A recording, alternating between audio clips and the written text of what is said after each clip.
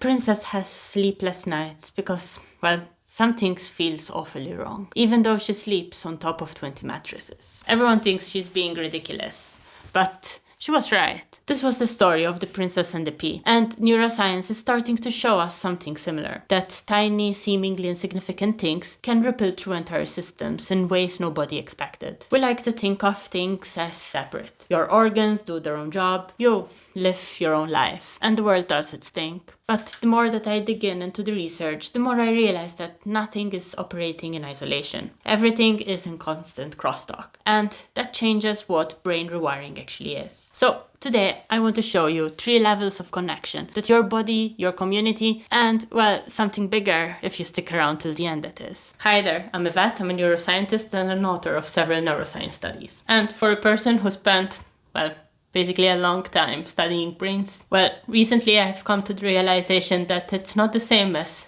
understanding your own. And I will share with you neuroscience facts, insights, and failures that I'll meet along the way, which hopefully can help you as well get unstuck in life. So if this sounds like something right up your alley, well, you have to follow for more. So the first time that I heard this, it made the neuroscientist in me instinctively think, well, what sort of wishy-washy science is this? Well, and yeah, I was wrong. Because did you know that problems in your gut can predict Parkinson's disease a full decade before the first tremor? The first time I heard it in a conference, I thought whether if they ever heard of the difference between correlation and causation. Because I thought, how can the gut predict a brain disease? But there are now multiple studies mapping the actual mechanism. A protein called alpha-synuclein misfolds in the enteric nervous system, which is the nervous system of your gut.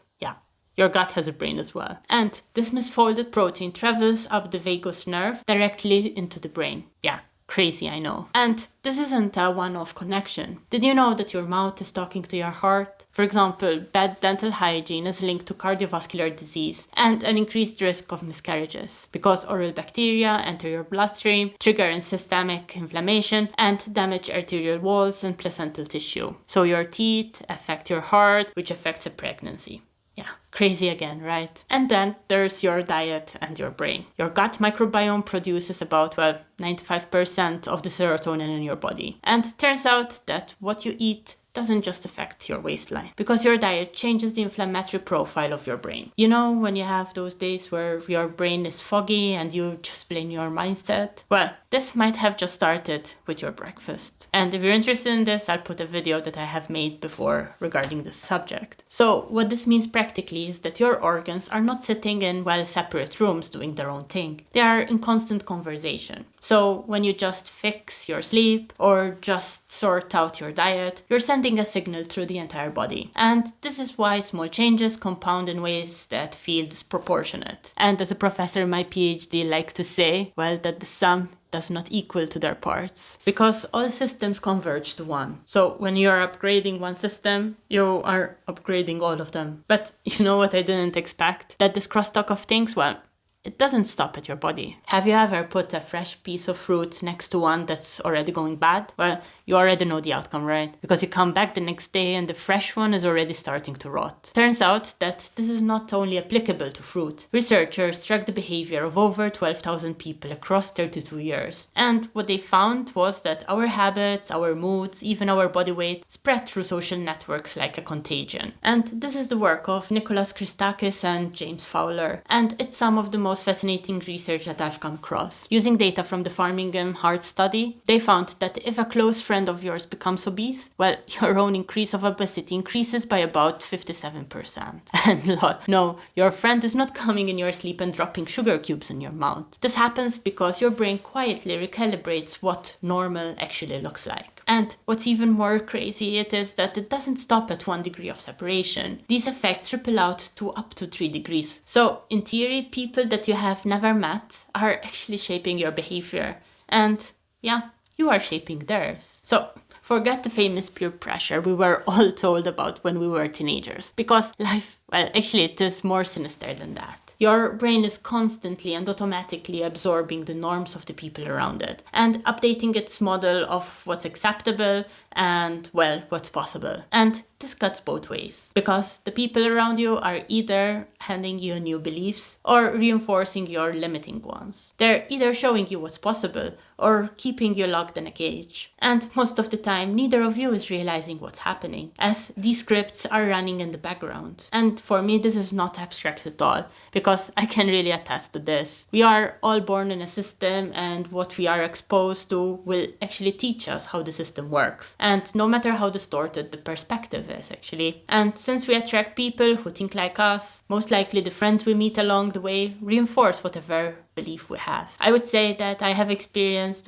many different parts in life, as I lived in many different countries, visited plenty others, and I would generally say that I have a pretty open mind. However, I have to admit that watching YouTube videos from other creators showed me something that I did not think it was possible. And since starting posting myself, I find that, I changed a lot. And if you don't believe me, just check for yourself and go through some old videos of mine. And this might all sound small to you, but this was the only way how I could see beyond my bubble. I was exposed to new ideas, new careers, new ways of thinking about what a life could look like, and new people that I might not have met otherwise. An idea delivered through a screen by a stranger changed the way I view the world, and in turn changed the trajectory of my life. And this is how thin is the line between staying stuck and actually moving forward. So think about what happens when you start to change. When you rewire a pattern, you start shifting habits, and so you show up differently in life.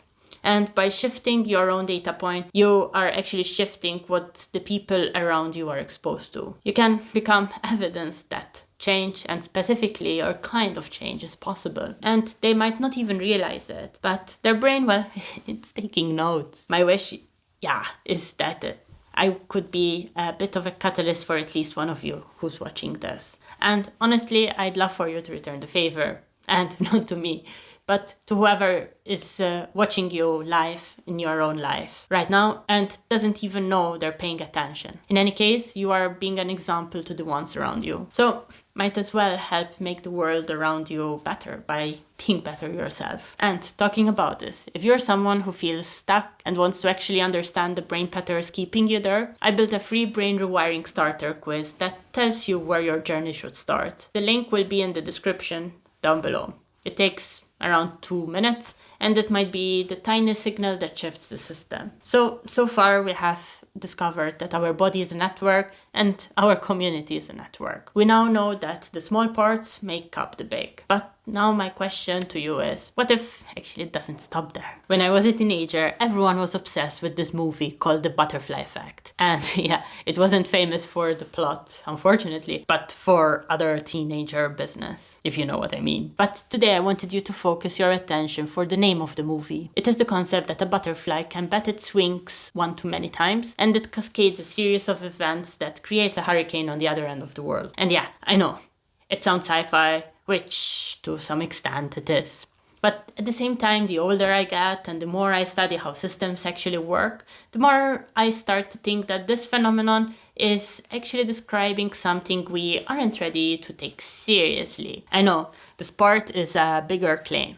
I've spent the last 2 sections giving you the hard science, but this one is more of a philosophical nature. But if you like, stay with me because I think it earns its place. So here's a concrete example. Animals that are butchered under stress, that is in crowded industrial conditions, release cortisol and adrenaline into their muscle tissue. And that meat is tougher and it tastes worse. And this was shown scientifically. So in a way, we thought we were saving money by cutting corners, but the system somehow has a way of not letting you cheat. It just moves the cost somewhere where we aren't focusing on. And this is the pattern, isn't it? The same network logic that connects your gut to your brain and your habits to your neighbor's habits doesn't politely stop at humanity. We are part of a system where plants, animals, people, ecosystems, and, all same rules apply. We like to tell ourselves we're just a drop in the ocean.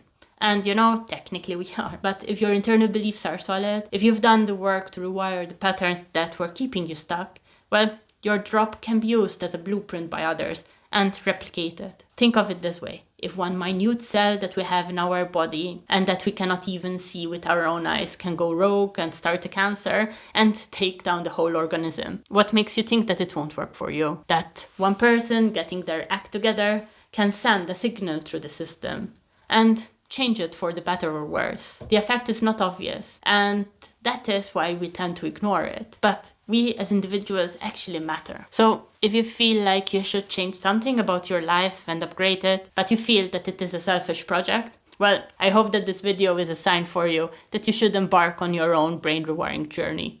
Because it might be the most generous thing that you can do to the people around you. And at the end of the day, who knows where your ripples can reach? And if you're sitting here and telling me, but Yvette, how can I let go of my old life? Well, for you, I have made, this video where I break a concept that allowed me to let go an old part of my life that I had dedicated over a decade to it. And yeah, I hope that it can help you as much as it did to me.